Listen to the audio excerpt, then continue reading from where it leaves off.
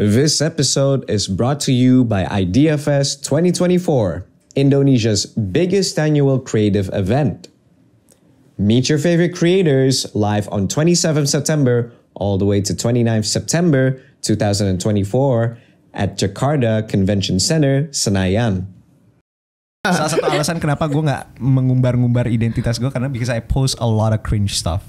So gue gak mau orang catat ya guys. Oh my god. Komen di bawah username-nya kalau kalian udah ketemu. Agency itu di Jakarta banyak banget gitu, a lot of agency. Oh Tapi ya, ada beberapa orang yang di Pejaten juga ada agency tuh. apa tuh? Badan Intelijen Negara. Oh beda. Welcome back to the Based Indonesian Talks. Today I am accompanied by two special guests. Usually it's one special guest, but now we have two. The other time we had four, and now it's two. Okay, so without further ado, allow me to introduce you guys to Eva, Alicia Wijaya, and Magfiro Rido Maulana. Hey. Hello. Hello. Nice to meet you people. It is such a Honored. Nice to meet you. Yes, it is such Mr. a Bazar. pleasure. Yes, thank you very much. It is my pleasure to have you guys inside my podcast because this is like the first time I've invited somebody that is not involved in politics or has no public political opinion. So, before we start, it's such a Lumayan lega. Iya, lumayan lega gitu. Boleh napas ya. Iya, bisa nafas gitu. Jadi gue bisa agak unwind dikit sih. Jadi gue harus nanya nih, why did you guys agree to come down to this podcast? Yang udah tahu gue politically coded, udah tahu gue basically Kodari junior gitu. Sorry ya kalau misalkan gue menyentuh Bang Kodari ya. Sorry ya. But anyways, why gitu? Maybe we can start from you. We can start from him. Okay. Okay. We can start from him because he represents us here. Oh, okay. So okay. basically, what you did was, you kind of threw him in the bus, and that's a very politically coded move. I mean, we're in a politics podcast, right? Ya, jadi bebas manuver politik. But Ini culture-nya. ya, ini culture-nya. But please. Okay. Thank you, Mr. Bazar, for inviting us. Yes. So basically, gue Rido dari Marketing Director IdeaFest. Halo. Dan kita udah jalan selama 13 tahun. Kenapa waktu itu ditawarin kayak Base Indo gitu, dikasih tahu bahwa mau invite kita ke podcast ini. Kita memang sebenarnya secara lama kurang lebih 3-5 tahun itu selalu ngebahas politik di IdeaFest. Karena basically walaupun mereka seorang politician, tapi selalu ada ideas yang memang itu diharuskan untuk mereka. Basically juga karena di IdeaFest itu sendiri ngomongin kreatif industri. Di situ kita mau coba cari tahu untuk policy di tiap tahun dan SDG itu seperti apa. Dan di setiap tahun pun kita selalu ada brand trust or curator yang memproses ataupun mengkurasi beberapa sesi-sesi yang nantinya ada di IdeaFest. Itu ngomongin tentang politik. Di tahun ini kita ada Ayu Kartika Dewi as staff susnya presiden dan juga Afutami as founder Think Policy Bijak Demokrasi. Jadi kita di sini represent juga walaupun kita bukan politik tapi kita masuk ke kreatif industri dan apapun itu stakeholders yang dipunyai sama kreatif industri itu kita akan guide termasuk juga politik. I see. Jadi sepertinya di sini Base Indo sudah officially menjadi salah satu channel politik di Indonesia yang terkenal ya. Sampai mereka datang ke sini. We did it, Base Indonesians. We fucking did it, guys. Yeah, woo. Cool. Kok tim gua sendiri kok gak tepuk tangan? Lu gak tepuk tangan, Bang. Oh iya, sorry. Itu juga ada penonton bayaran tuh di belakang. Boleh atau Senyum-senyum gitu. Yep, pretty much. But anyways, I appreciate you guys for coming to my podcast. And today we'd like to talk about creativity versus algorithm. Jadi, before I start actually, I should have asked you guys this question during the beginning. Mau pakai bahasa Inggris atau bahasa Indo? Let's Or do mixed. Okay, Yeah. I could do a bit of Singaporean lah. Jaksel anyway. Daxel. as well. So. Jadi kita hari ini ngebahas creativity versus algorithm. Kenapa gue memilih topik ini kan? Jadi selama 2 episode lalu, bukan 2 episode lalu chronologically tapi 2 episode in order. Gue itu membahas beberapa masalah kreatif dengan Aryo Bayu dan juga dengan Coki Pardede gitu. Dan gue ingin masih menggali masalah kreatif karena menurut gue Indonesia adalah sumur dari untapped potential di bidang kreatif. We can do so much more. Dan makanya gue ingin menggali lebih dalam tentang topik ini kan. And it's so fortunate for me to have you guys here because you guys actually work inside the industry. I mean Aryo Bayu and also Choki Pade, they work inside the industry, but they're talents. Meanwhile, you guys are also like the penggerak, the directors, etc., the production team, etc., right? And why specifically the topic of creativity versus algorithm?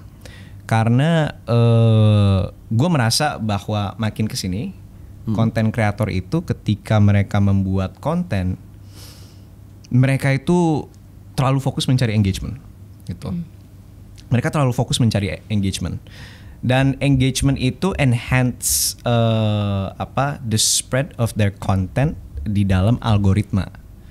Dan ujung-ujungnya konten kreator itu membuat konten purely on the rules of the algorithm. Back then 2009 sampai 2015 2016 we had this conversation downstairs already, but I'm just gonna do it for our viewers.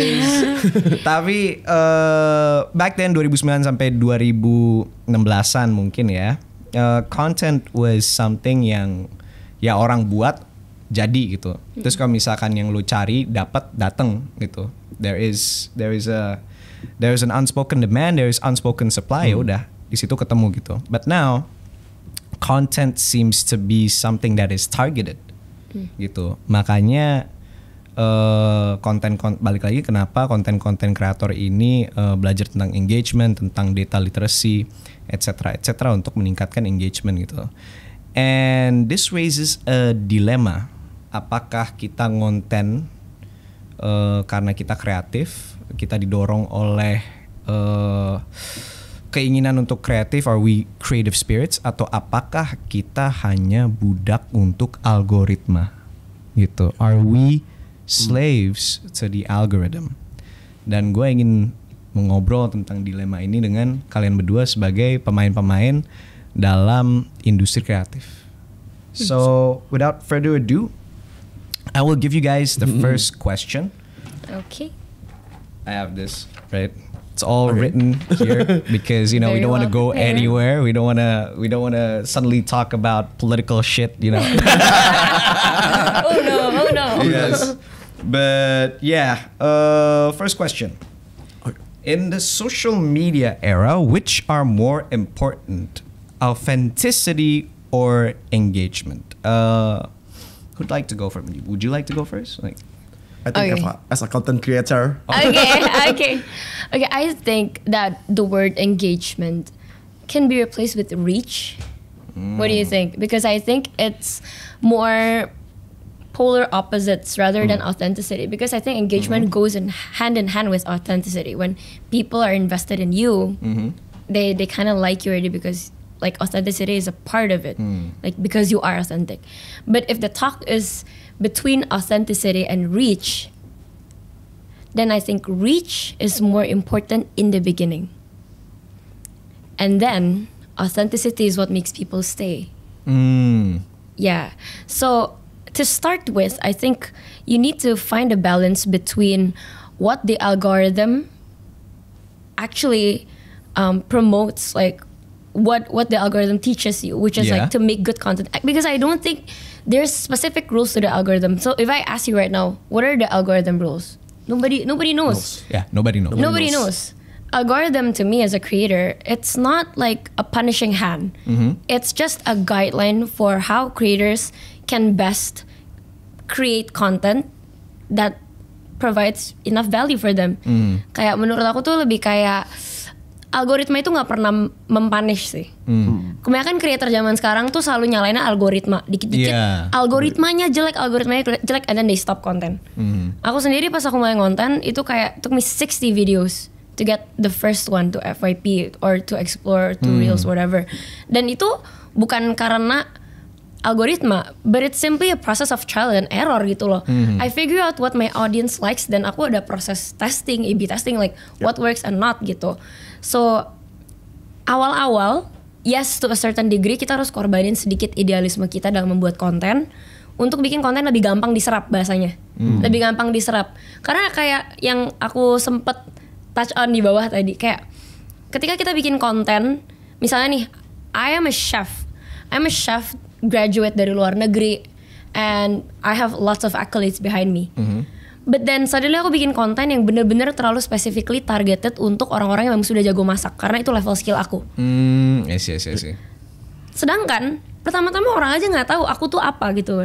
People are not interested enough to know what I have to teach them about teknik gitu loh. Tapi sedangkan if you wanna hear Gordon Ramsay talk about it, of course kita percaya dia. Tapi look where Gordon Ramsay started. Dia bikin Hell's Kitchen, dia bikin Master Chef, jadi judge untuk kayak kompetisi-kompetisi kayak gini. So makanya aku bilang awal-awal reach tuh lebih penting. Kita harus bisa mentranslate audience kita punya language better gitu. Baru nanti ketika mereka udah kenal kita better, then we can hone down on that specific niche or value yang kita punya. That's what I think. What do you think? Oke, ini mungkin kacamatanya agak sedikit berbeda kali ya. Sebagai profesional yang handling beberapa account, Yes. ya like creative industry, event, brand, or something like politician gitu, itu punya tantangannya masing-masing gitu. Ketika ngomongin tentang algoritma, tadi benar kata Eva, algoritma kita nggak ada yang tahu sebagaimana worksnya seperti apa, dan tiap mungkin like 3 months selalu berbeda gitu. Dulu kita bilang konten yang algoritmanya bagus itu adalah shareable, terus dulu bentuk platform yang bagus ataupun konten yang bagus carousel, single post, sekarang reels gitu. Jadi selalu akan berubah, dan kalau kita tadi nggak punya authenticity itu akan mudah ketenggelam. Jadi kalau as a professional dalam sudut pandang apakah authenticity or engagement, itu both, kita harus ambil keduanya. Karena memang pada dasarnya kita nggak tahu, kalau misalnya bicara content creator ya itu mungkin bisa jadi hobi atau itu pun juga jadi suatu yang profesi. Tapi kalau kita as profesional ngomongin konten itu harus engagement, harus, karena kita juga ada KPI untuk ningkatin digital asset kita. Pasti ditanya kayak ini kenapa ya akunnya nggak rame, followersnya nggak nambah, dan itu yang bisa kita nambahkan adalah konten-konten yang sifatnya engagement. Tapi balik lagi, semua brand or beberapa orang yang aku juga handling itu selalu punya authenticity-nya masing-masing. Asal dia politician or IDFS yang creative industry atau memang itu sebuah brand, di situ kita coba ambil semua personanya, dan mungkin bisa dibilang kita selalu mainin 50-50, or ya itu balik lagi ke masing-masing gitu. Untuk as a politician dan juga personal branding, itu pasti akan lebih banyak ngomonginnya tentang authenticity, karena dia harus meng-branding ya, lo mau dilihat sebagai orang seperti apa sih. Eva dulu mungkin ya dulu painter, sekarang entrepreneur, kita taunya bisa berubah-berubah gitu. Tapi juga kalau ngomongin tentang untuk personal branding like politician tadi, itu juga ngomongin pastinya engagement, karena dia mau lebih banyak orang nge-reach dan tahu dia itu siapa gitu. Purpose authenticity sama engagement, reach gitu beda sih ya. Satu tuh untuk get new, yang satu tuh untuk maintain dan enhance. Community ya, this community. Dikuatin gitu. I see. Jadi both of these are basically not mutually exclusive ya, bisa terjadi bersamaan ya. Okay, I see. And also, I'd like to address like what you said before, as like we don't understand exactly caranya algoritma ini bekerja. Karena gue juga sebenarnya merasa bahwa orang itu sebenarnya tidak memahami algoritma itu bekerja itu seperti apa. Tapi kenapa menurut kalian nih berdua nih, kenapa banyak banget video di sana tuh yang mereka tuh mencoba untuk seolah-olah mereka mengerti algoritma gitu? Apakah kira-kira itu membantu konten kreator untuk ningkatin reach dan engagement mereka dan lain-lain gitu? Menurut lo gimana? Specifically konten yang kayak gimana nih, kayak ngajarin? Specifically konten yang ngajarin lo cara untuk ngebaca algoritma, kayak algoritma ini suka lo kalau videonya tuh nggak ada watermark dan lain-lain. Gitu. I think it's all about content ya. Jadi mungkin ada beberapa teknis, gue juga setuju. Yang misalnya let's say ada konten yang ngomongin ya 3 detik pertama itu adalah hooknya untuk sebuah konten gitu. Karena itu tadi di awal mereka hanya nonton 3 detik. Ketika itu benar-benar udah nggak menarik, orang pasti akan nge-skip. Untuk part itu setuju gitu. Tapi untuk beberapa part yang memang ya harus ada watermark, harus pakai lagu viral gitu. Itu mungkin nggak semua orang punya ya luck yang sama ya gitu. Karena tadi balik lagi as a personal dan juga corporate itu berbeda. Kita coba tadi testing banyak hal. Kadang justru yang rame itu adalah konten-konten yang nggak disangka-sangka. Case by case banget sih. Bahkan yang watermark juga bisa naik kok. Yang watermark juga bisa naik ya. Iya. Tapi memang menurut aku konten-konten yang teaching about algorithm, it's not that they're baseless. Some of them have a point. Misalnya ada banyak konten yang bilang kamu harus posting jam segini sampai jam segini gitu. Sebenarnya kalau kita telisik lagi lebih dalam, it's just a logic. Gini loh, kayak orang-orang selalu kira followers banyak sama dengan viewsnya selalu tinggi. Tapi sedangkan kita lihat banyak banget orang followersnya banyak, tapi viewsnya dikit. Iya kan? Kita punya banyak banget kreator kayak gitu. Karena sebenarnya the fact of the matter is ketika kita pertama kali posting, ini one rule of the algorithm yang aku sebagai content creator dari awal aku ngonten 4 years ago until now, it applies the same. Followers itu nggak penting karena followers itu the number doesn't dictate whether the video is gonna go viral or not, but they matter as the first batch of exposure that you get. And that's why you need engagement. Maksudnya gini nih, pertama kali aku posting video ini akan pertama keluar untuk 1.000 orang yang follow aku. Dan dari 1.000 orang yang follow aku itu, baru algoritmanya ini dia tuh akan belajar konten aku ini worthy atau enggak. Dari 1.000 orang disodorin konten ini. Let's say 80 orang suka, and the algorithm decides, wih bagus nih 80 orang, baru di push ke bigger batch 10.000, 100.000, 1 juta gitu. Jadi bukan yang kayak followers sama dengan views. Yeah. Tapi followers tuh first batch of people that you have to impress. Bahasanya. I see. So orang-orang misalnya yang bilang prime posting, back to the topic of prime posting kayak gitu. Banyak orang bilang jam 7 sampai jam 8 itu untuk posting. Kenapa? Orang-orang lagi makan malam. They have enough time and their focus can be focused di konten kamu, what you have to say. Mereka nggak lagi tengah-tengah, bentar lagi makan siang kelar nih harus balik ke kantor. Paham gak sih? I have a friend, content creator friend, dia tuh konten ibu-ibu. Jadi ngajarin kayak dot bayi, kayak specific mom things gitu. And I told her kayak, ya aku biasa posting kayak jam 6, jam 7 malam. Terus dia bilang, oh kalau aku posting kayak jam 10, jam 11. Like, why? And why does it work for you? Ya iya, karena kan ibu-ibu baru selesai nidurin anak jam segitu, baru bisa fokus ke konten aku jam segitu. It makes sense. So I think all these tips they are somehow ada base-nya juga. Jadi kita harus menelisik itu cocoknya ke kita tuh gimana caranya. Konten mahasiswa ya siang-siang, jangan gitu loh gitu. Jadi gue ngelihatnya nih kalau misalkan kita buat konten, kita juga harus ada pemahaman mengenai target market audience kita siapa ya. Yes. Gitu. Karena balik lagi sekarang kita itu hidup di mana orang itu ya mencari apa yang mereka suka, bukan apa yang lewat kan. Betul. Beda kayak dulu gitu. So basically kita harus berpikir we have to think like 2 to 3 steps ahead about how our content translates to our viewers. What kind of person you wanna seek, what time do they eat gitu. Kita harus ada pemahaman orangnya ini siapa gitu loh. That's like a very interesting gue nggak bakal menduga suatu hari konten itu pas gue SMP ya, gue nggak akan menduga bahwa suatu hari itu konten tuh akan mempunyai sainsnya sendiri. Seperti iya, gue kira ya udah konten aja gitu. Banyak orang yang zaman dulu yang mereka mereka ngeluarin konten tuh sudah gitu nggak naik, tapi lama-lama mungkin that failure translates into experience translates to insight, dan jadinya kayak gini sekarang gitu loh. Nah, so back to the question of in the social media era, which are more important. How about we switch things up? What do you guys? I ask your personal opinion, yeah. Do you guys think which one matters the most?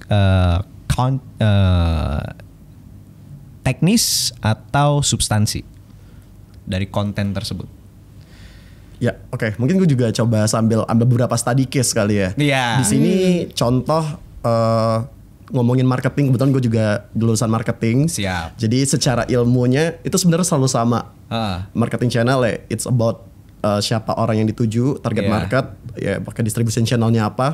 Balik lagi Instagram tools segala macam itu semuanya only tools. Balik lagi semuanya pertama kali segmennya itu siapa.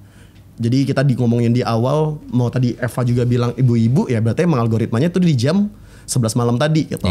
Ngomongin Idea Fest, mostly yang datang itu adalah orang-orangnya profesional, orang-orang kerja kantoran, ya berarti jam ramenya itu adalah jam makan siang. Jam 12 itu saat mereka istirahat, dan itu cocok dengan algoritma dan pun kontennya mereka juga ketika mereka relate. Dan itu mungkin juga akan berbeda ketika kita ambil target market yang juga berbeda. Jadi semuanya itu akan balik lagi ke siapa target market lo gitu.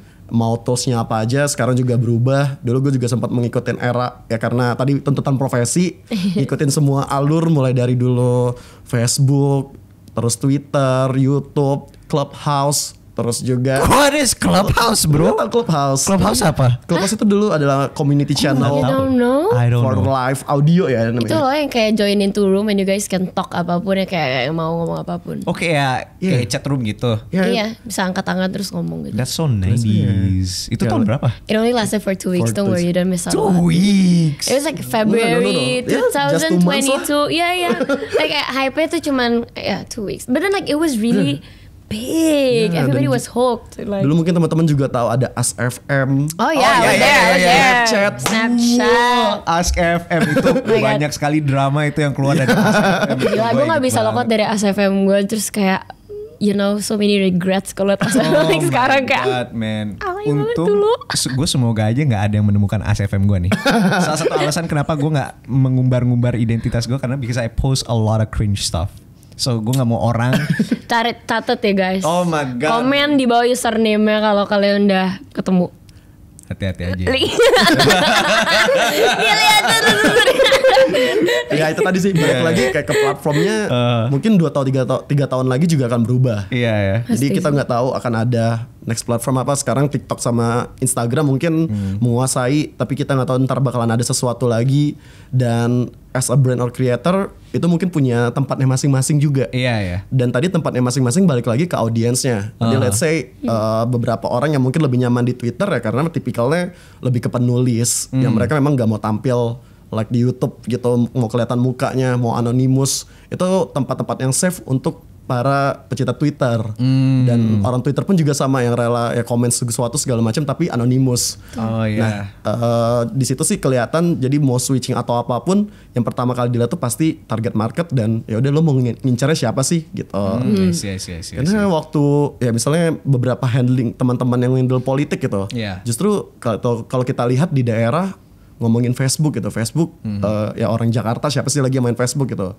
Tapi di luar sana Facebook yaitu orang yang paling banyak dicari dan komunitas kayak alumni SD berapa tahun 1980 itu adanya di Facebook. Iya lagi. Gitu. Jadi ya semua platform punya audiensnya masing-masing. Iya, As a creator kita tinggal pilih Iya. mau audiens kita siapa dan channel kita apa. Benar. Biasanya itu basic ilmu marketing yang akan selalu dipakai. Iya. Ngerti sih. Dan aku tambahin Yeah.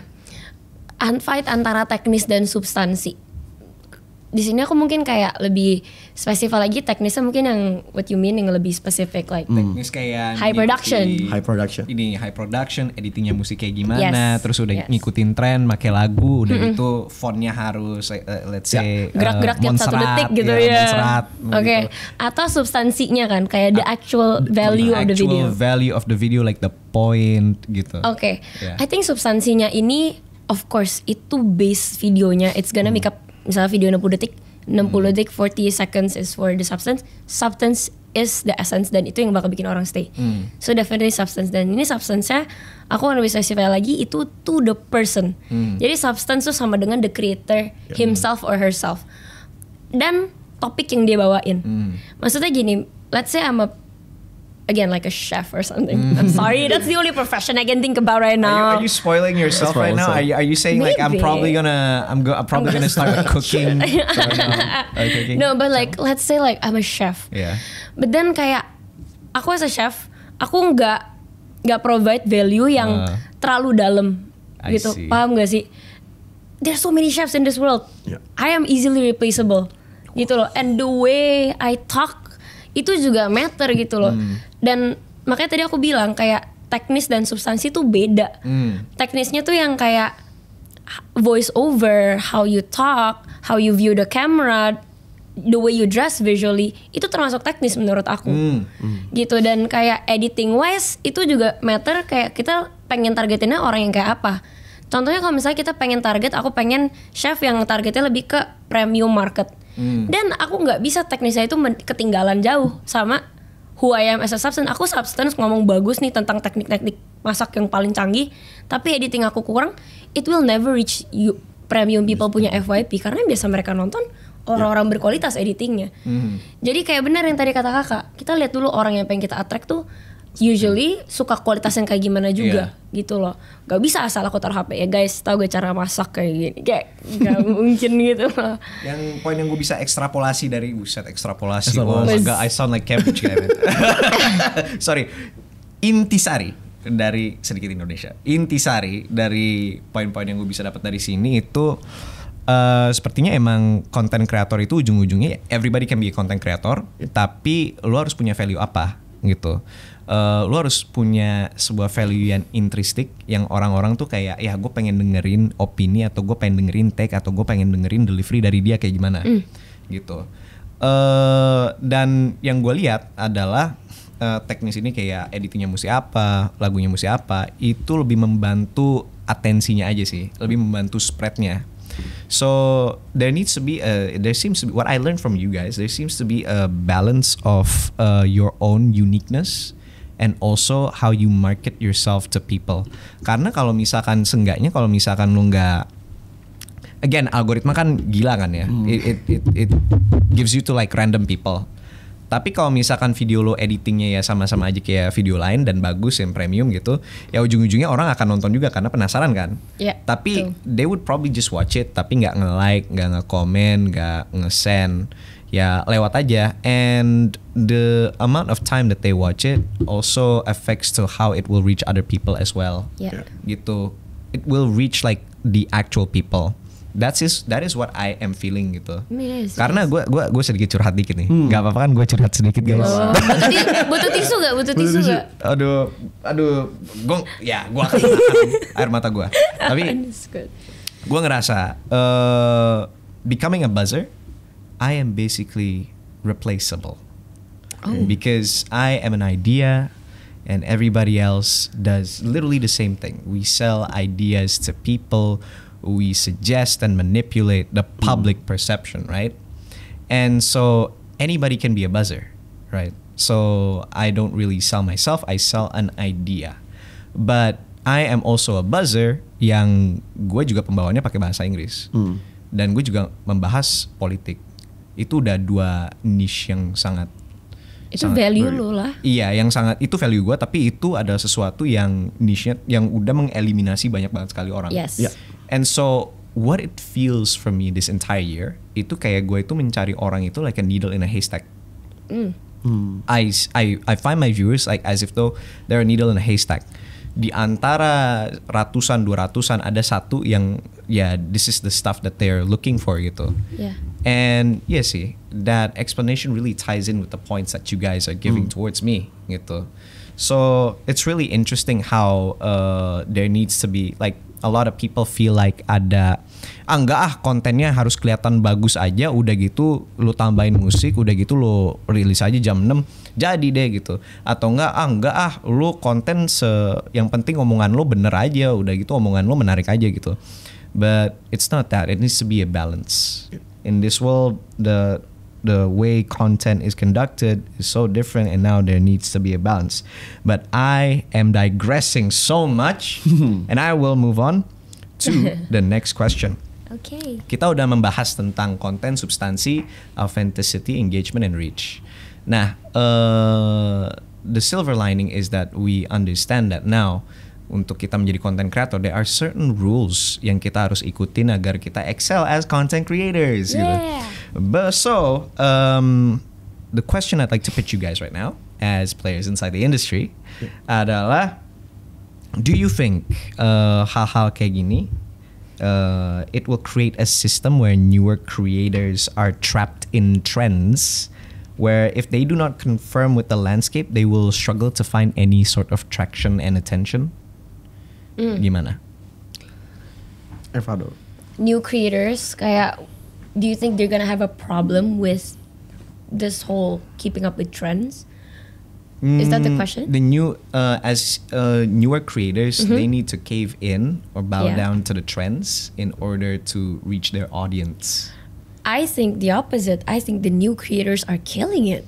Are killing it. Yeah, the old creators are having a hard time adjusting to the current landscape of content creating, but the new creators, they come in with a mission. And they come in with an objective. Like, when I content create, I know kayak dulu pas aku mulai ngonten, aku aja nggak tahu this could be something yang bisa bikin duit.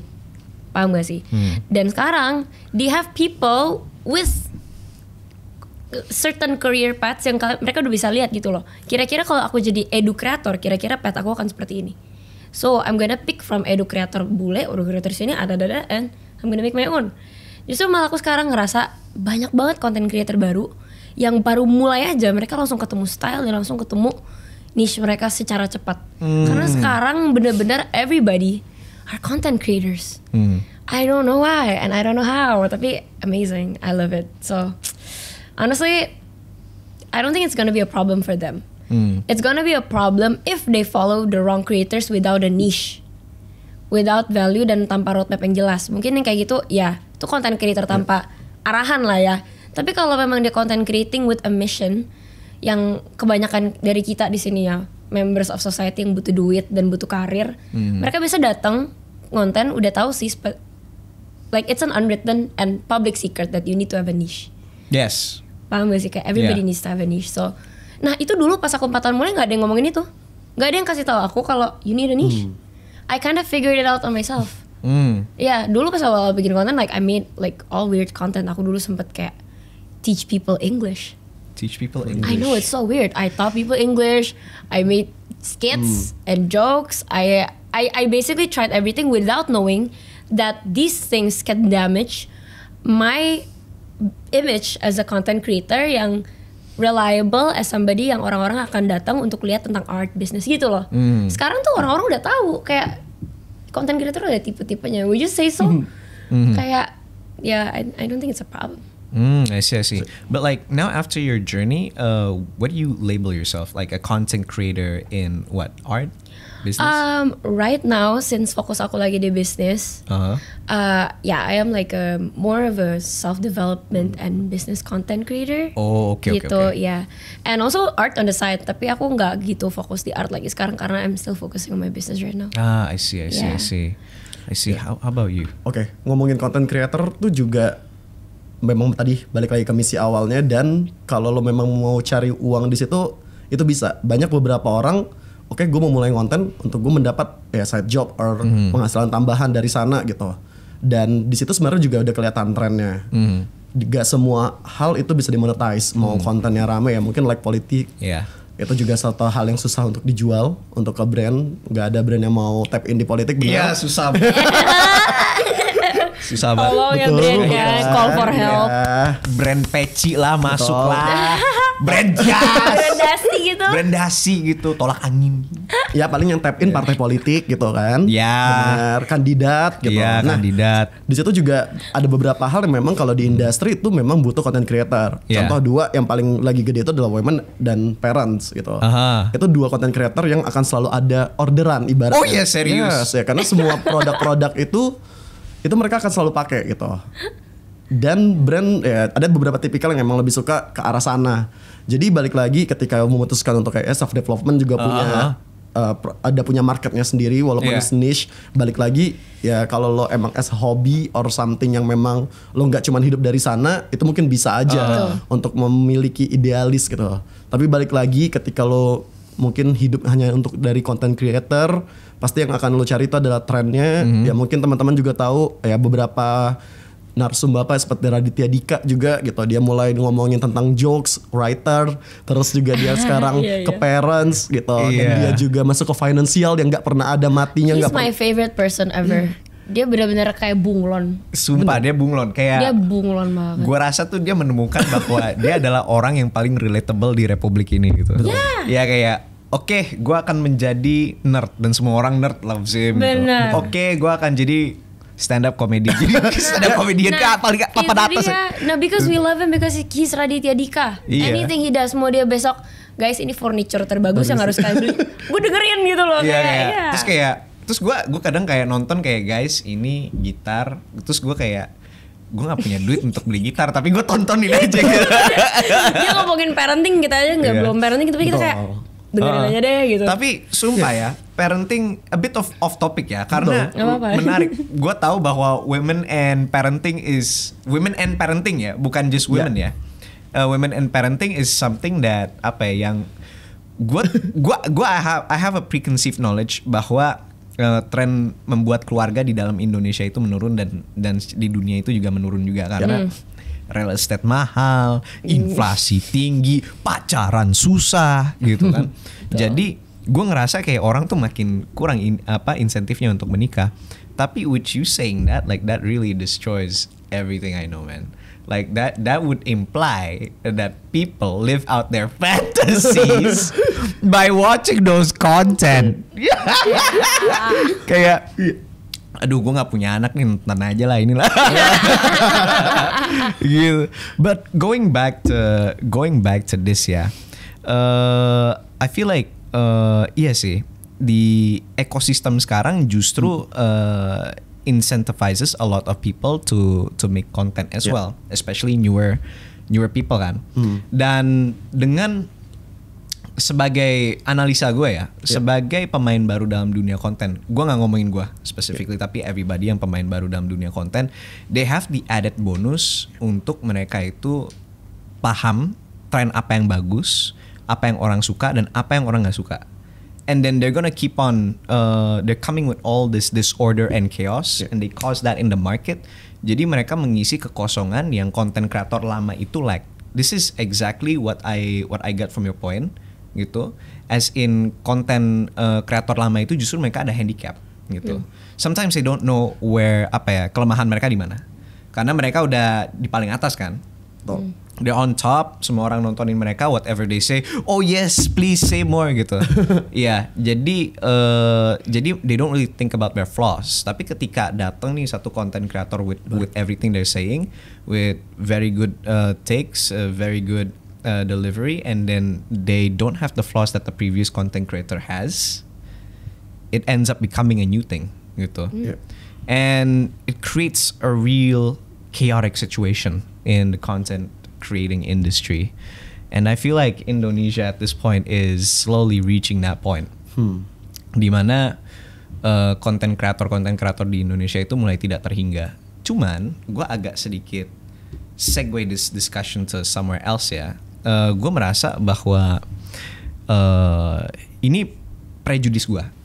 Kalian sebagai individu-individu yang bekerja dalam dunia industri konten kreator, you can correct me if I'm wrong ya.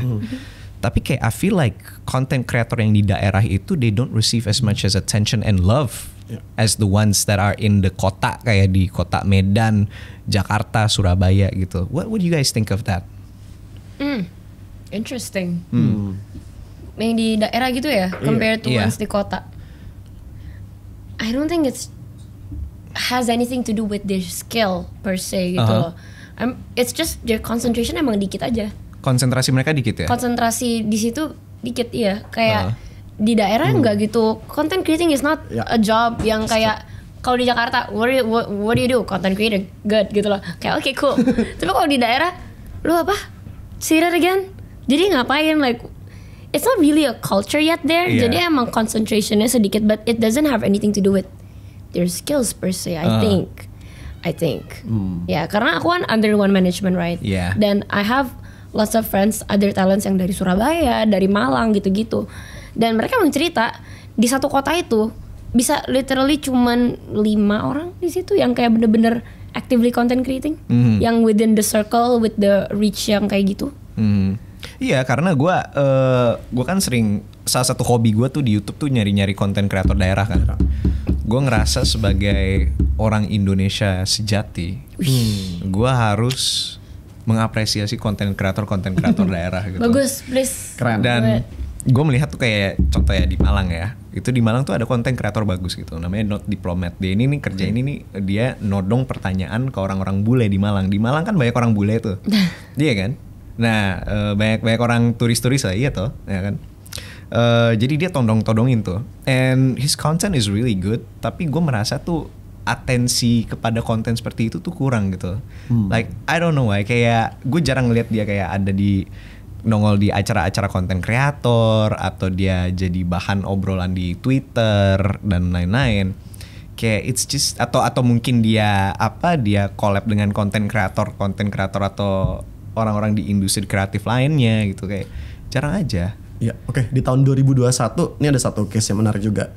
Kita pernah invite satu orang daerah karena waktu itu pandemi kita bikin IDF secara online. Justru yang menjadi market utama kita yang dulunya kita selalu Jakarta sentris, Jaksel gitu, akhirnya berubah menjadi semua daerah. Karena waktu itu diadakan secara online. Waktu itu Eva juga ikutan ya. Nah, ada satu content creator namanya tuh Asep Balon. Ada yang tahu nggak? Asep Balon. Aset. Yes. Dia pakai topeng gitu dan dia basically adalah seorang musician di daerah tersebut tapi as a content creator juga. Ketika kita invite dia untuk ngomong di presscon ataupun juga di IDFS di sesi itu adalah top 2 sesi paling rame di tahun itu. Iya. Wow. Jadi memang balik lagi ke akses gitu. Dan balik lagi ketika bikin konten pasti yang akan semakin semangat itu adalah ketika itu bisa dimonetize. Iya. Dan di daerah nggak banyak hal bisa dimonetize kecuali tadi produknya memang masuk ke daerah tersebut gitu. Dan untuk masuk ke daerah tersebut pun nggak semua brand juga punya capability ataupun kemampuan ke sana. Iya. Nah, ketika tadi ngomongin tadi Asep Balon punya followers yang akhirnya bisa jadi top 2 viewers di dalam sesinya itu cukup menarik gitu. Benar mereka nggak ke highlight tapi balik lagi apakah itu akan menjadi profesi mereka atau itu just another hobby gitu. Iya.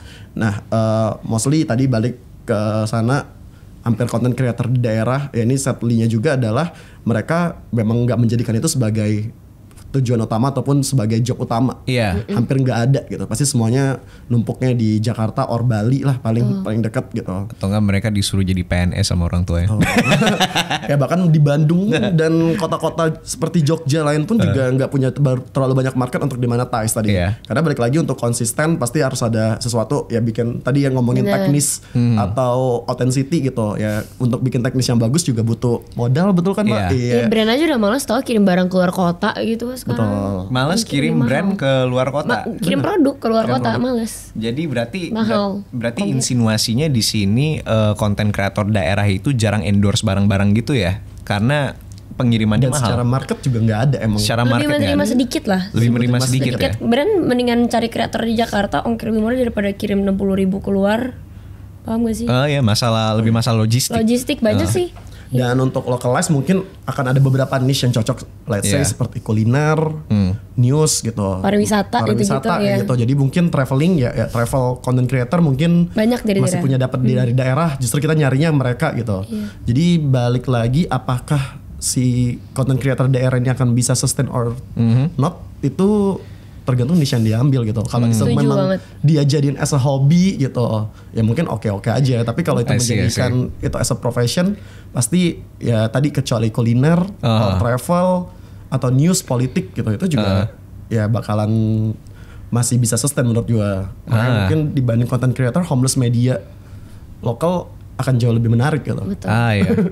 The thing about homeless media ini ya, gue sering ketemu sama orang-orang homeless media tapi mereka nggak homeless banget. Kayak seharusnya homeless media nggak punya rumah kan? Betul. Tapi mereka punya rumah. Like how does that work? Ini rumah. Oh rumah. Sederhana.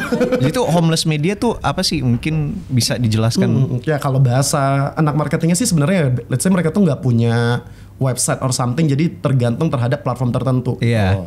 Ya mungkin I see. ya, like media-media ya kayak like vokatif gitu-gitu yang memang nggak punya website dan memang ya info Jakarta Go gitu ya memang fokusnya ke platform nebeng lah, platform orang, mereka nggak punya platform sendiri. Itu kalau di marketing mostly definition of homeless media tuh kebanyakan ke sana. Oh iya. I see. Karena gue pernah diundang sama homeless media kan satu kan. Terus udah gitu gue dateng, rumahnya gede banget kan. Terus pas gue datang di situ rumahnya gede, mobilnya banyak. Mereka bilang kami itu homeless media. You don't look so homeless man. You don't look so homeless man gitu. Ini ada rumahnya nih. Oh bukan gitu. Oh oke. Sip. Berarti itu guys, itu homeless media, bukannya mereka media nggak punya rumah, tapi mereka adalah media yang nggak ada platform sendiri gitu. Jadi mereka harus menggunakan ya Instagram, TikTok gitu dan lain-lain. That is homeless media. Data literacy, everybody. Digital literacy. But anyways, moving on to the next question, right? Okay, so you're obviously Gen Z. Are you? What do I look like? Like a Zillennial. Zillennial. Zillennial, yeah, you don't. Zillennial. Yeah, like 1998 to Yes, I'm actually 1998. That's spot on. Spot on. Yes, so you're definitely a Gen Z, right? Yeah, I'm Gen Z. And you're definitely a millennial. Millennial. Okay, so I'm a zillennial, so I can't, I don't know who to choose. Sometimes I want to be millennial, but it's just so old as fuck lah gitu. Yeah, And sometimes I want to be Gen Z, sometimes so cringe lah gitu. Yeah, your name so Gen Z though. Yeah, I know. Like, I think it's because I tune myself with the Gen Z crowd these days, not millennials, because millennials Welcome, are busy raising their family and they left me alone, so I have no friends. Mana ya era nikah semua, era nikah. Anyways, Ya. as a millennial and as a Gen Z, do you think Gen Zs and millennials are tuned, and to a certain extent, Gen Alphas are more attuned to media that is pure in expression or media that is commercialized? Kayak, paham nggak where I'm going with this? Elaborate. Do you think Gen Zs and Millennials lebih gravitate kepada media yang ngikutin tren atau media yang lebih indie, independent, etc. Konten-konten. Specifically ke media yang mana ya? Oke. Iya. Berarti pertanyaannya lebih ke kakak. Oke, kalau sekarang ngomongin exploit of choice, yang dimana semua orang bisa jadi content creator, Ya. content creator bisa jadi media. Tadi ada istilah baru lah, homeless media, yang dimana dulu kalau kita mau punya media itu ada kode etiknya untuk jadi jurnalis. Sekarang semua orang bisa jadi jurnalisnya untuk pribadinya sendiri gitu. Nah, ngomongin tentang komersial dan juga something kayak apakah expression, itu balik lagi sebenarnya dengan tren sekarang yang bisa dibilang itu adalah mereka tuh punya marketnya masing-masing lah gitu. Tadi yang gue bilang bahwa di daerah akan lebih cocok dengan satu platform ya like Facebook dan lain something gitu. Dan juga ada beberapa yang memang cocok dengan hal-hal yang sifatnya mungkin lebih entertaining untuk Gen Z, dan juga mungkin di milenial di angkatan gue juga masih sama gitu. Jadi semuanya tuh punya kecenderungan untuk masing-masing. Dan ngomongin tentang tadi expression dan juga komersial konten, kita ngomongin tentang bagaimana dari sisi media tersebut itu punya konten dan hal-hal yang sifatnya apa ya, niche kali ya bisa dibilang. Sekarang itu mau gue generasi apapun, selagi itu nggak relate ke gue juga nggak bakal mau ngikutin gitu. Apalagi ya itu ya kayak misalnya mungkin apalagi ngomongin politik gitu, let's say gitu. Ya gue sih bodo amat dengan politik-politik yang ada di Sulawesi, di Kalimantan gitu. Karena gue juga mungkin orang Sumatera gitu. Dan juga itu nggak masuk ke related ke hidup gue. Jadi mau apapun generasinya semuanya pasti memilih media yang related dan dia butuh. I see. Contohnya kayak aku sebagai Gen Z gitu. What kind of medias do I follow? Jujur aku nggak gitu ngikutin media-media yang mainstream yang kayak the types of media that my parents would digest gitu loh. Tapi aku akan ngikutin akun-akun Instagram yang aku kebayang not them as a media, tapi the admins behind them look like me. They sound like me and they can talk to me in a way that I understand. Paham gak sih? Jadi medianya itu kayak Gen Z lebih tertarik mana? Speaking behalf of Gen Z, kita suka follow media yang kok kayaknya adminnya bisa ngomong ke gue nih, cocok sama gue gitu. So it's more to do sama penyampaiannya sih. Makanya zaman sekarang ada banyak kan media-media yang specifically communicates to us via memes. Paham gak sih? Like me, I shit post. Ya kayak gitu lebih cocok gitu loh. Jadi kayak kalau kita sih lebih lihatnya yang kayak voice wise. I don't know if you count that as expression, I guess, or commercial, but yeah. I guess the trend is kayak media itu sekarang lebih, dulu orang nyarinya tuh yang bukan relate tapi yang lebih kepada it has an ounce of truth and authenticity in it gitu. Karena generasi dulu they rely on the government and the authority yang untuk membawakan pesan-pesan, untuk membawakan the truth kan. Dan itu membuat kebanyakan dari this silent generation, these boomers, these Gen X, itu mereka ngedengerin media-media atau konsum konten-konten yang terlihat official gitu. Nah kalau misalkan sekarang by the time we enter the information era, after the internet became widespread in the early 90s, we enter the era of post-truth. So basically everybody has their own rendition of what the truth is, right? And jadinya we consume information from everywhere gitu, and we pattern the truth according to what we think. Yep. So basically, when Gen Zs and millennials, and to a certain extent, Gen Alphas, they consume content and media, they tend to look for content and media that affirms their biases or is relatable to them. Yes. Yeah. Yes. That's why. so true. That's why gue masuk ini kepada the dangers of algorithm kan. We're also talking about us as a slave of algorithms kan. Yep. I realized that back in 2016, when people didn't realize that algorithms was slowly taking over their heads, right? When people like, kita ambil Amerika sebagai contoh kasus. Sebagai ini nggak apa-apa kan ngobrolin sedikit dengan politik kan? Gak apa-apa. Kita nggak ngobrolin politik Indonesia kok santai. Nggak apa-apa, aman. Iya. Politik Amerika. Politik Amerika. Amerika. Fair game kan? Fair. Iya. Jadi I need coffee before I start Yeah. this. Udah masuk politik nih soalnya. Udah serius nih, keluar deh. Anyways, ketika lo nge-like posting Ya. yang menunjukkan bahwa imigran adalah jahat, lo akan terus dijejelin oleh konten-konten yang mempunyai pesan yang sama, imigran adalah jahat. Pada akhirnya, realita lo itu adalah untuk melihat bahwa imigran, semua kebijakan imigrasi adalah sebuah kejahatan. Lo akan melihat bahwa kalau misalkan lo nge-like konten yang menarasikan ini adalah kejahatan antar ras, lo akan melihat sebuah kejahatan antar ras terus-terusan. Kalau misalkan, dan ini berlanjut terus sampai sekarang, lo ke Twitter ya, lo nge-like media yang basically ngasih lo gambaran bahwa society itu fucked up karena banyak imigran atau mungkin banyak orang yang melakukan kejahatan, lo akan terus dijejelin oleh konten-konten yang mirip dan sedemikian rupa. Pada akhirnya, lo akan terbentuk sebuah persepsi bahwa dunia is fucked up, gitu.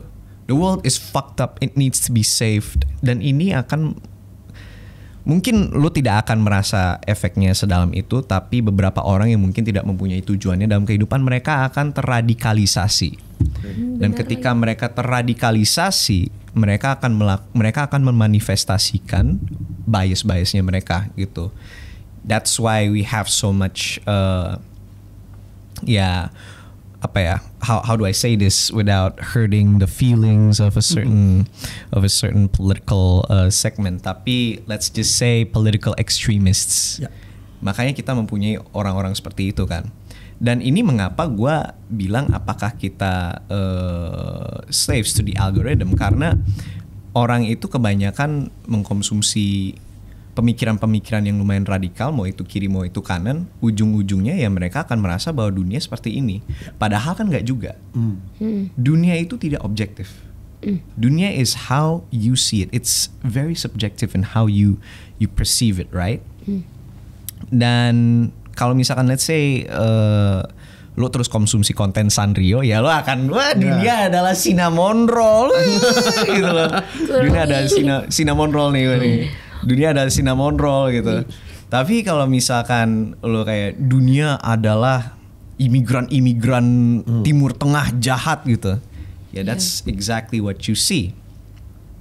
Now that's exactly the rant that I want to get out of my system, because But that is right. Yeah. It is. Yeah, what do you think of that though? I think it is true. I think that's what's happening right now. Iya kan? Yeah, that's what's happening right now. Apalagi confirm sama your own truth and your preconceived hypothesis of what is right. Your own Terus prejudice as well. digongin sama kayak lots of people agreeing to you. Ya makanya zaman sekarang banyak banget orang yang lebih ekstremis in their belief Iya. gitu. Ya. Iya, kayak lo merasa bahwa let's say we're Americans gitu. Ketemu community lah gitu. Iya. Dan kita sebagai orang Amerika kan kita menghadapi sebuah pemilu. Iya. Dan dalam pemilu itu ada beberapa calon paslon yang menurut kita kita nggak suka karena satu dan lain hal kan. Dan juga orang-orang yang mendukung mereka adalah political extremis. Itu mengadakan polarisasi. Tapi polarisasi itu hanya tergambarkan dalam diskursus-diskursus orang di dalam Twitter. Kalau misalkan kita ngelihat mikronya lagi, padahal polarisasi itu kan tidak terjadi gitu. It's all about the perception. Ujung-ujungnya ya gue merasa bahwa in a way kita itu we are becoming the slaves of algorithm gitu. As a consumer. As a consumer. Now, what do you think of this? Oke, ngomongin tadi karena tadi case-nya politik, ada satu teori yang sebenarnya dulu gue suka. Siap bang. Inokulasi. Inokulasi itu mereka menargetkan orang-orang yang memang nggak tahu apa-apa. Jadi emang kosong dan memang biasa ini akan gampang terjadi ketika kita ke daerah pelosok yang pusat informasinya rendah. Jadi ketika diberikan suatu informasi itu biasa mereka akan langsung terima mentah-mentah dan yang tadi perceiving yang mereka emang cuma tahu. Dan menurut gue sih sekarang udah better jauh dibanding tahun-tahun sebelumnya. Karena tadi ada multiple of choice dan juga kita juga punya support community yang memang tahu kira-kira mana yang iya mana yang enggak. Ya mungkin juga bisa dilihat angka kriminal juga pasti sekarang lebih turun, gue yakin juga. Karena tadi ekstremis dan lain-lain itu menurut gue sekarang malah justru makin berkurang. Karena dengan adanya ya tadi ada infrastruktur dan lain-lain, walaupun tetap ada orang-orang yang hanya tahu, oh gue tahu dia itu baik gitu ya, kayak misalnya kayak selalu dijajalin informasi, apalagi kalau mereka lebih duluan ngegayat itu, jadi itu akan lebih sulit gitu. Nah untuk hal tersebut sebenarnya kalau kita di Jakarta makanya akan lebih kritis gitu ketika kita menerima informasi tertentu, biasa mereka akan recheck apakah itu benar, dan memang kalau memang pun diaminin banyak orang ya itu ada beberapa orang tuh sebenarnya juga punya pasti side yang berbeda dari situ. Ya kelihatan lah dulu banyak yang tergocek dengan hashtag viral ternyata bohong gitu, hoax gitu. Kita nggak tahu juga ada beberapa memang sengaja itu dibikin, apalagi ya tadi ya Bapak kan juga buzzer gitu. Itu semua tuh bisa disetting gitu. Nah dengan hal-hal yang seperti itu the point is adalah sebenarnya yang paling mulai untuk bisa melawan itu adalah community. Karena tadi balik lagi mungkin ada orang-orang yang nggak tahu. Kita tahu kalau misalnya Bapak kita lihat ada website apa namanya atau ada penipuan segala macam, dia akan gampang.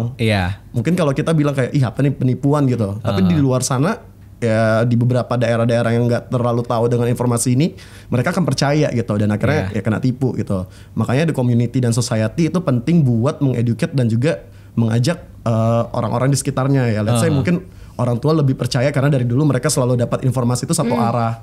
Nah makanya kita sebagai children, orang anaknya gitu, kita ngomongin bahwa ya udah ini kita harus lihat dulu.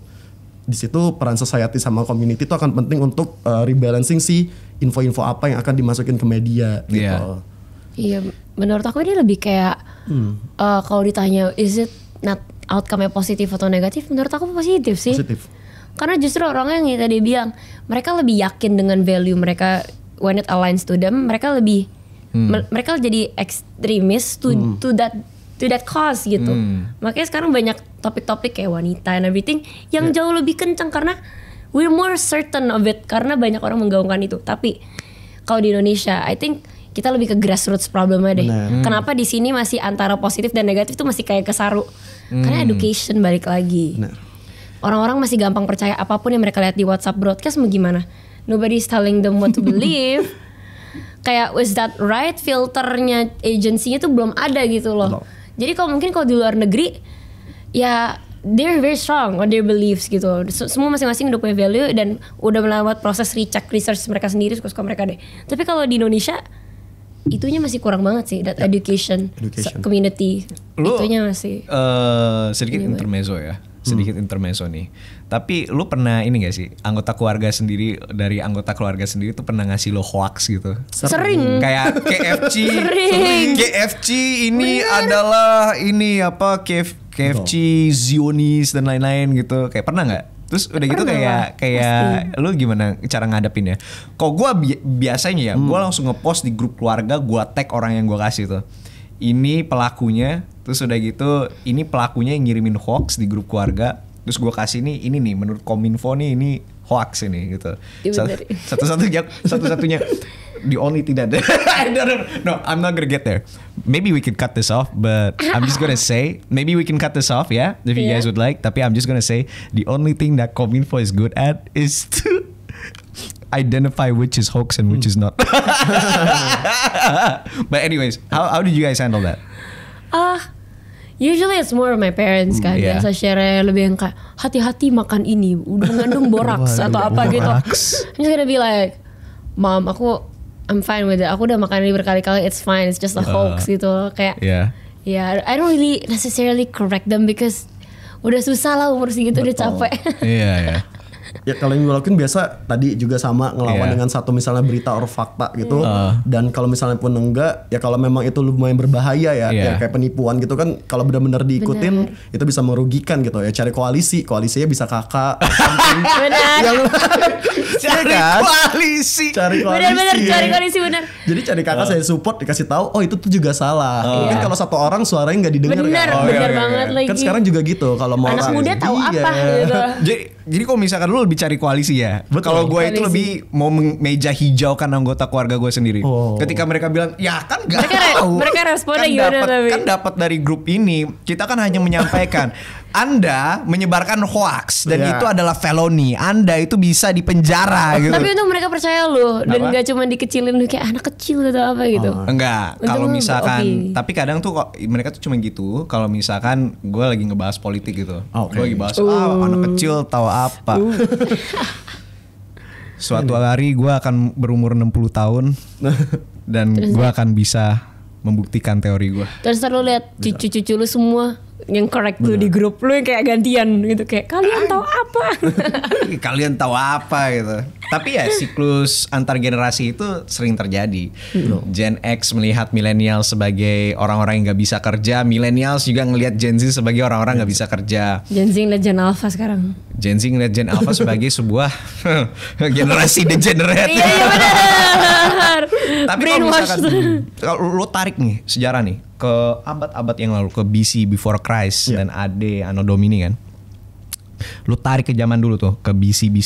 Banyak tulisan literasi itu mengatakan bahwa ya contoh filsuf ini dia nggak suka sama generasi berikutnya karena mereka nggak sopan. Dan itu tuh apa namanya? Konflik antar generasi itu terus terjadi. Jadi kalau misalkan let's say keluarga gue atau temen gue yang gitu, kalian generasi ini tahu apa? Ya gue akan bilang ya kalian juga nggak jauh beda. Gue kasih milenial yang bilang ke gue bahwa lu mah Gen Z nggak bisa kerja. Gue sodorin meme milenial dari tahun 2012 yang sering diposting sama Gen X di 9gag nih. Ini dulu tuh ya GTA 5 itu tuh lu pada tuh kayak gini nih. Yang ditabrak mobil itu tuh yang ngomongin kayak Mark Zuckerberg ngomongin Facebook lah, itu kan seharusnya milenial tuh. Saking gak sukanya ini lu ditabrak gitu. Gue bakal kayak gitu. But that's the intermezzo. So we're gonna go back to creativity versus algorithms. Now kita baru ngomongin bahaya dari algoritma ya. Nah, so this question is a bit lebih ke teknisnya, tapi we repackage it according to the development of the conversation, in which we all agree that algorithms could be dangerous in a way, but we also accept that algorithms could also bring awareness. Kan? You said that. And algorithm and with proper education, this could be a very good thing. But here's a dilemma also. Should creators push back on the commercialization of content, or should creators adopt a supply-demand mindset and follow the whims of the algorithm? So basically, menurut lo apakah kita buat konten ya udah nggak usah mikirin apa-apa tentang algoritma atau teknisnya kayak gimana, yang penting udah keluar aja gitu, bejrot gitu. Nah, atau kita berserah diri aja sama algoritma. Mindset yang harus dimiliki oleh konten kreator tuh seperti apa kira-kira? Kalau ngomongin objektif udah pasti balik lagi ke masing-masing. Masing-masing personal. Kalau memang mau itu monetize, itu juga punya strategi masing-masing dan memang ya udah harus follow the algorithm gitu. Tapi kalau tadi yang gue bilang kayak company Tapi kalau gue juga terlalu idealis ikutin kata gue juga nggak bakal bisa. Karena ya tadi kalau as company gue punya KPI ya yang harus dicapai gitu. Gue harus mencapai certain number for untuk followers, buat engagement, impression di suatu account tertentu gitu. Nah di situ baru kita mainin peran algoritma gitu. Kalau yang dimana kita cari mana yang kira-kira rame gitu. Ya tadi gue juga sempat cerita di belakang layar. Ya kalau gue lagi cerita pengen rame, gue cari aja tuh reels yang lagi ngomong di Idea Fest gitu. Orang terkenal ya, let's say gue udah yakin kalau gue ngeluarin Pak Luhut itu pasti bakal rame dan benar. Sekarang top viewsnya itu Pak Luhut gitu. Oh iya. Dan oke, baru gue masuk ke bagian-bagian branding, bagian keren-kerennya. Masuk tuh ke content creator, ke Eva gitu. Terus masuk ke beberapa aktivism, kreatif industri lainnya. Works dan gak works, terus kayak gue belum achieve KPI nih gitu, karena kan gue juga harus ada nilai komersial kan di sana as a business dan juga account sosial medianya buat untuk sesuatu corporate gitu. Dari situ apalagi yang rame, ya udah keluarin video Pak Luhut part 2. Benar. Iya, karena udah tahu kan udah pasti rame. Kayaknya Pak Luhut ini emang udah pasti clickbait ya. Ya bener ya. Kita ajarin Pak Luhut brain rot aja kali ya. Apapun itu terus juga ya karena gue juga kemungkinan udah ya ini juga biasa dipakai sama teman-teman close the door juga kan. Iya. Yang dimana ya cari tren yang lagi apa gitu. Let's say waktu itu juga sempat ada ya misalnya lagi siapa gitu rame politician gitu ngomongin tentang sesuatu dan kita ngelihat gue kayaknya ada deh 2 tahun lalu dia ngomong begini, gue keluarin aja nih videonya gitu. Nah itu yang biasa juga dilakukan sama shit posting akun buzzer gitu kan. Iya. Kayak tweet ya kan. Buzzer. Tweet 2011 dipakai gitu. Iya. Yang buat ningkatin algoritma kayak gitu buat udah gue capture 2011 udah akhirnya ramai dengan sendirinya gitu. Itu ada beberapa hal yang memang balik lagi kalau misalnya mau ngurusin supply demand itu pasti, apalagi kalau itu buat bisnis personal dan memang hidup dari sana. Tapi kalau as a hobby dan emang itu cuma jadi tambahan tools gitu, ya udah itu mungkin silakan ikutin kaliannya aja gitu, personanya apa itu sih.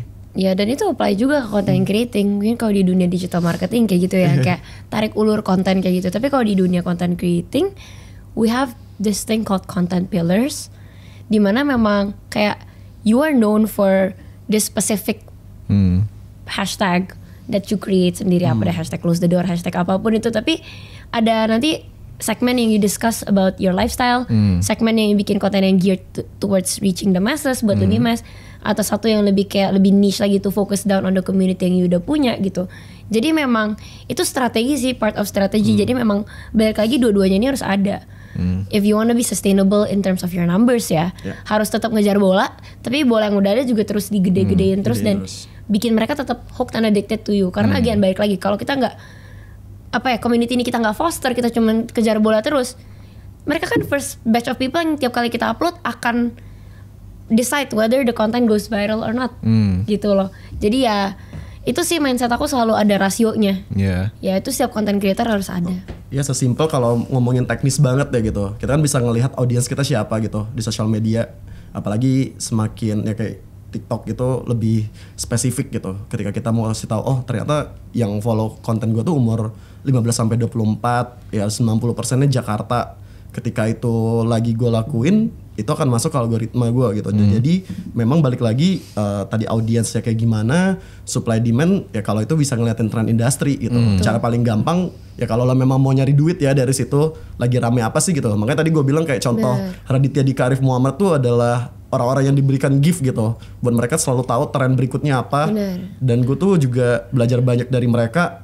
Waktu itu gue sempat bikin community di Clubhouse gitu. Community di Clubhouse, mereka itu bener-beneran datang dan ngasih tahu kayak ngajakin sesuatu lah gitu. Ya tadi kan cara paling gampang buat ngehack ataupun nambah followers, kolaborasi kan, undang orang-orang terkenal ya, lo juga lah gitu, undang Raditya Dika, oh pasti viewersnya paling rame di situ gitu. Ya itu logiknya aja kan gitu. Jadi balik lagi, tapi ketika lo pengen, oke, gue lagi pengen idealis di konten ini atau sesuatu yang udah emang gue banget, ya udah jalanin. Tapi sisanya pasti ketika lagi ada sesuatu yang bisa ngebuat account lo makin naik, jualan lo makin bagus, ya why not kita coba gitu. Oh, I see. Jadi jawabannya adalah tergantung. Iya, tergantung. It depends. Kayak undang kita kan hari ini bukan buat ngejar bola kan. Ini tuh untuk representasi. Untuk itu kan representasi. Very consultant answer ya. It depends. It depends, man.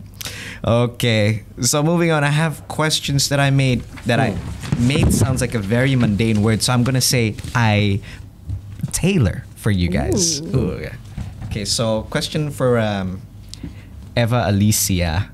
How do you, as an artist and entrepreneur, balance your work as a byproduct of your own expression and what the viewers want? Oh, this is a very interesting question, and I think it's like a daily struggle for all content creators, marketers gitu. Kayak kita pengennya tiap hari bikin konten yang kita suka dan quality, tapi at the same time kita harus arrange this to be attractive for the masses. Yeah, that's why I'm taking time off my art.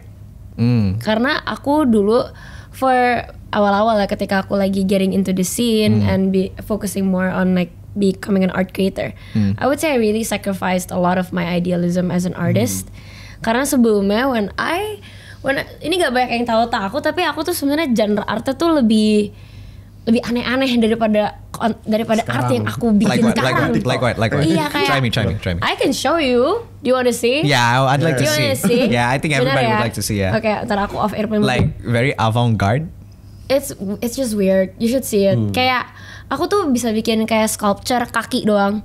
Terus habis itu baunya tuh telur-telur gitu. Terus aku bikin kayak puppet dari wires gitu. Oh, so avant-garde. It's weird. It's just weird. I have like weird taste in art, tapi kayak for a while pas aku dulu awal-awal ngonten, aku tahu audience Indonesia, apalagi Indonesia and art itu dua very foreign things gitu loh. Kayak satu, belum ada art creator who paved the path. Yeah. I need to pave the path myself. Dan dulu ketika TikTok awal-awal main, adults weren't in TikTok, banyak kan masih bocil, teenagers gitu-gitu. So I need art yang bisa diserap sama mereka. Yeah. So I created art yang very digestible. Yes. Very digestible, lots of colors, lots of everything. Jadi kayak buat aku it's a way for me to farming. Itu kayak farming season aku lah. Paham gak sih? Kayak farming season. And makanya aku bilang ke creator-creator sekarang, tadi aku kenapa jawab Rich juga, kadang emang penting farming dulu. Karena kalau dari awal aku mulai ceritain my more specific artworks tanpa ada aku ngerti sendiri how content creating works, it won't be possible gitu. Mungkin kalau sekarang aku jelasin tentang artwork aku yang udah lebih kayak si kaki itu, I know how, but it's because I took time to learn how to be an actually good storyteller gitu. Yeah, wait, you have to see my art. Oh yeah, I have to see your art. Wait. It's Oh my just God. a foot, right? And some it's eggs. Foot, eggs, kayak gini dulu. Okay. You see? Oh, What do you think? vraiment, very. Very unique. And aku tulis kayak panjang kali lebar about what it means. Tapi ini Yeah, kalau only di 2 TikTok likes awal-awal right gak ada there. yang enggak, ini my archive Oh, I account. see. Yeah. Mungkin karena yang gue tahu dari orang Indonesia itu belum pemahaman tentang artnya belum sampai level situ. Itu gitu loh. dia. The understanding the insight of art for Indonesians itu belum sampai level pemahaman avant-garde. Dan itu Betul. menurut gue avant-garde banget. Tapi sebenarnya bisa aku ceritain, and I tried waktu itu kayak memang jelasin one of the more weirder ones with my newly obtained skill as a content creator yang udah beberapa tahun creating. I know how to communicate with my audience better, and it works. Yeah, so Tapi awal-awal enggak gitu kak. I have a challenge question, yeah. So basically, do you think that wouldn't you think like explaining the meaning behind your art like kind of loses the bit of mystique in your art gitu? It's like explaining a joke and then it makes the I joke know, less funny. I gitu. kind of hate it, but like I like to see people getting it juga gitu loh. Getting it, ya? Iya kayak I see. I want people to get it immediately, but like kalau aku ceritain terus mereka nangkep, aku lebih senang justru gitu Oh, daripada I see, nggak ada I yang see, I ngertiin see. anyway.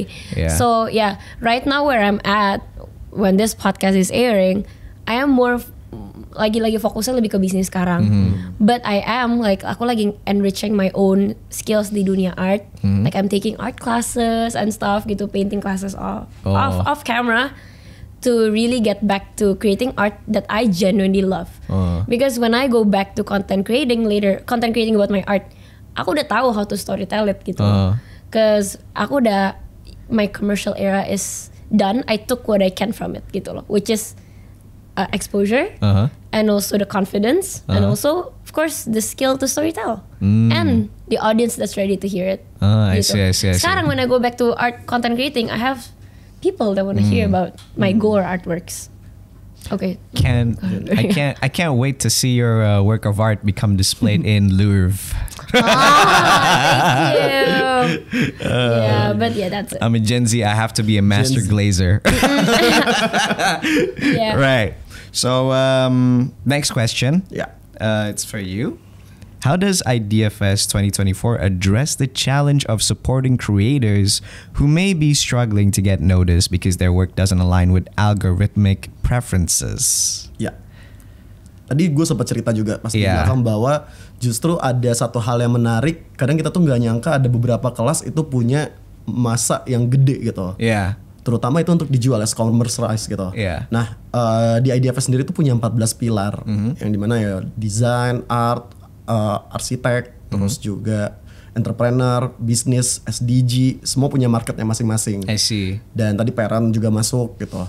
Kita ngomongin tentang algoritma dan juga tadi balik lagi ke topik yang sebelumnya tentang komersial gitu. Semua itu pasti ada niche dan marketnya masing-masing. Jadi di IdeaFest justru kita mau ngambil berbagai perspektif tadi. Ya, kita ada 14 pilar tadi yang beberapa udah disebutin dan semuanya itu punya masanya masing-masing. Jadi nggak perlu takut kayak lo bikin sesuatu itu nggak ada marketnya. Pasti kalau lo suka ngerjainnya pasti akan ada orang-orang yang seperti lo gitu. Gampangnya seperti itu. Ya lo suka desain, ya desain as a profession dan juga as art gitu. Semua orang tuh juga banyak, kita kerjasama sama Adgi gitu buat ngumpulin beberapa orang suka itu. Dan juga misalnya kalau ngomongin tentang profesional gitu ya, nggak semua orang pengen jadi entrepreneur, nggak semua orang pengen jadi seniman, tapi banyak orang justru kalau secara marketnya lebih banyak tuh di profesional gitu. Yeah. Ya buat lo profesional karir ya, kalau lo mau bikin konten tentang profesional, community dan juga banyak hal lagi, itu juga pasti akan selalu ada marketnya dan malah itu yang biasanya banyak dicari orang, khususnya kalau di IdeaFest ya tadi kalau konteksnya di sini kita ngomongin di Jakarta banyak profesi yang kita tuh kira tuh gak ada gitu dan mungkin cuma dimengerti oleh beberapa orang. Ya let's say gitu kayak ngomongin agency aja, agency tuh di Jakarta banyak banget gitu, a lot of agency. Oh tapi ya, ada beberapa orang Di yang Pejaten juga ada agency tuh. apa tuh? Badan Intelijen Negara. Oh beda. Agensi mata-mata ya. Beda. Nah, kita kalau ngomongin tentang agensi ya kalau di film tuh punya agensinya sendiri, Iya. musik punya agensinya sendiri, ya talent as a creator pun juga punya agensinya sendiri, punya talent management gitu. Jadi mau apapun yang lo nanti ambil as a career, terus juga buat lo ya berkarya tadi ideasnya itu semuanya pasti akan ada marketnya. Tinggal kalau tadi tujuan lo adalah cari cuan, cari market yang ngasilin cuannya banyak. Kalau emang lo buat happy, cari sesuatu atau konten yang memang bikin lo happy. Karena pada dasarnya semua konten ataupun semua ideas itu pasti ada marketnya masing-masing. Apalagi di IdeaFest Iya. 2024. Apalagi di IdeaFest 2020. Orangnya ada 400 ya, jadi kadang tuh bingung gitu. Iya. Dengan 400 orang. Gak mungkin gak ada interestnya di situ, pasti ada. Pasti ada. Gue melihat ya tadi waktu gue ngeluarin big name gitu. Oh ternyata secara tiket mungkin ya nggak terlalu banyak lah gitu traction yang conversion terjadi di sana. Tapi ketika gue masuk ke beberapa niche market, ya let's say tadi arsitek atau orang-orang yang mendukung movement tertentu, itu bisa langsung naikin conversion kita gitu. Pasti. Jadi tadi lagi sih semua di IdeaFest ada masanya, jadi bukan masalah ada ruang kecil, ruang gede. Ya tadi semua tinggal tergantung pilihan lo mau main di kolam yang mana sih gitu. Iya. Buat lo bikin konten. I see. Kayaknya sih kalau buat gue ya, kayaknya gue main di kolam yang ikannya koi-koi aja deh. Koi-koi aja. Iya. Politik. Biar aman. Hah? Politik. Kayaknya itu banyak hiu deh. Ya, nanti lo juga ada sesi, dia juga ada sesi. Oh iya, ntar di IdeaFest. Gua Pakai peci dong ntar ya. Gua entah mengapa gue tiba-tiba jadi speaker di IdeaFest 2024. Nah, gue jadi speaker. Tahun lalu itu gue tuh datang ke situ sebagai nobody. Kayak udah kecek ada Pak Ganjar, yeay gitu. Iya, terus udah gitu tiba-tiba belum juga setahun udah jadi. Udah setahun ya? Udah setahun jadi speaker. Gue jadi Kalian agak kenal di situ? Enggak. kalau gue kenal sama Bang Rido ini tiba-tiba di ini ada Road to IdeaFest. Iya. Di situ. We met once, right? Yeah. So we basically like actually met once. Like I saw his name and at first I didn't recognize him and then I saw him like kayaknya gue kenal dari I see IdeaFest yang di Senopati. Iya. So like yeah. That's where we knew each other. Yeah. Tapi ya gue tiba-tiba jadi ini sih guys. Gue tiba-tiba jadi pembicara itu random banget sih. Ya, But makanya beli tiketnya. yeah, don't forget to join Idea Fest 2024. I will be there as a speaker at the 29th of September. But also don't forget to join from the first day at the 27th. Eva I'll be on the Alicia first day. will be First- on the first day With of Carido. First day. with Bang Rido as well. They will be in the first day of the event. Don't miss them out. What are you guys gonna discuss, by the way? I say just get the 3-day pass. And get the 3-day pass. Get the 3-day pass. Buy all the souvenirs, everything. Like Yeah. empty your wallet during the event. We're gonna talk about creativity. Yeah, creativity, community, and impact. Oh, jadi basically like this entire topic is based kayak based with Nanti apa, in ada line satu with what lagi, you guys ada want. satu guestnya lagi. I see. Marcella FP. Yes. I see. Nanti kita cerita tentang hari ini. Oh, really? Yeah. Hari ini akan dijadikan referensi. Waduh, gua agak malu juga, guys. Gue jadi referensi. But yeah, don't forget to miss them out. Wait, sorry, not miss them out. Don't miss them out in the 27th of September, live from Idea Fest, live in Idea Fest actually. Like whenever I sell shit, like I keep on fumbling. I don't know why. I don't think I make a good salesman, but I'm trying my best here, guys. Yeah. It's I'll tell you. natural, soft Yeah. selling ini berarti alami, nggak dipaksa ini. Yeah, so basically, don't forget to watch them and don't forget to watch me at the 29th as well. But yeah, it seems like we're Yep. gonna reach the end of our conversation today. I'd like to have a longer conversation actually. Yeah, but, since we haven't resolved whether or not creativity or algorithm is, Kan jawabannya yang it mana ya? depends. Oh yeah, jawabannya depends. Very consultant. Very consultant. Did you guys meet a lot of consultants? Yeah. Tapi He kita memang, probably does. yeah, kita memang harus personalize itu. Tadi gue juga sempat cerita handling beberapa orang, beberapa personal brand dan juga ya as a business or brand itu memang gak ada satu ilmu yang bisa diterapin ke semua. Ya balik lagi tadi ya lu mau market yang mana, mau ambil yang tools seperti apa dan emang mau segede apa sih yang mau lo reach itu gitu. Ya tadi gue bilang kayak misalnya kalau tadi karena politik ya balik lagi Iya, gitu iya. ngomongin politik ya ngapain kalau lo kandidatnya di misalnya di Sumatera Barat ngapain juga lo branding diri lo di Sumatera Selatan gitu. Itu adalah hal-hal yang nggak perlu lo ambil juga. Iya. Capek-capekin nggak ada hasilnya dan nggak ada output apapun dari situ. Yes. Makanya dari situ balik lagi apapun yang lo mau niche lo apa itu ilmu paling dasar adalah cari tahu audiens lo siapa aja. Yes, the understanding of human Spoken nature. like a true marketer. Yep. Understand your audience. Understand your audience, understand human nature, and you Betul. could also be in politics with that. Aduh, Nah, kenapa harus ke politik Politics terus ya? lagi. Coba kali habis politik gitu ya kita ya. Iya. Tapi ya, basically jawabannya it depends ya. Yeah, It depends. it depends. Creativity and algorithm. It depends on how we see it. Again, we live in a post-truth era. Everything could be true. Everything could be false, depending on what we believe in. And I believe in that our content will one day become world-class content. Yes. What do you guys believe in? Damn, that's such a deep question. You're asking it like you're dropping it all of a sudden. Oh, okay. Gotta okay. think about it. I gotta lighten up the question. Okay. Maybe put some like short closing remark regarding what you think is the future of Indonesian content. The future for Indonesian content. I'm very optimistic about it. I think I can see that. Yeah, I think the younger generation and at least even my generation now, we're really more equipped with the skills to storytell better, to filter information better, and I just hope that whatever comes out of this, we can always remember to make value. Oh yes. Value. Always make value. Yeah.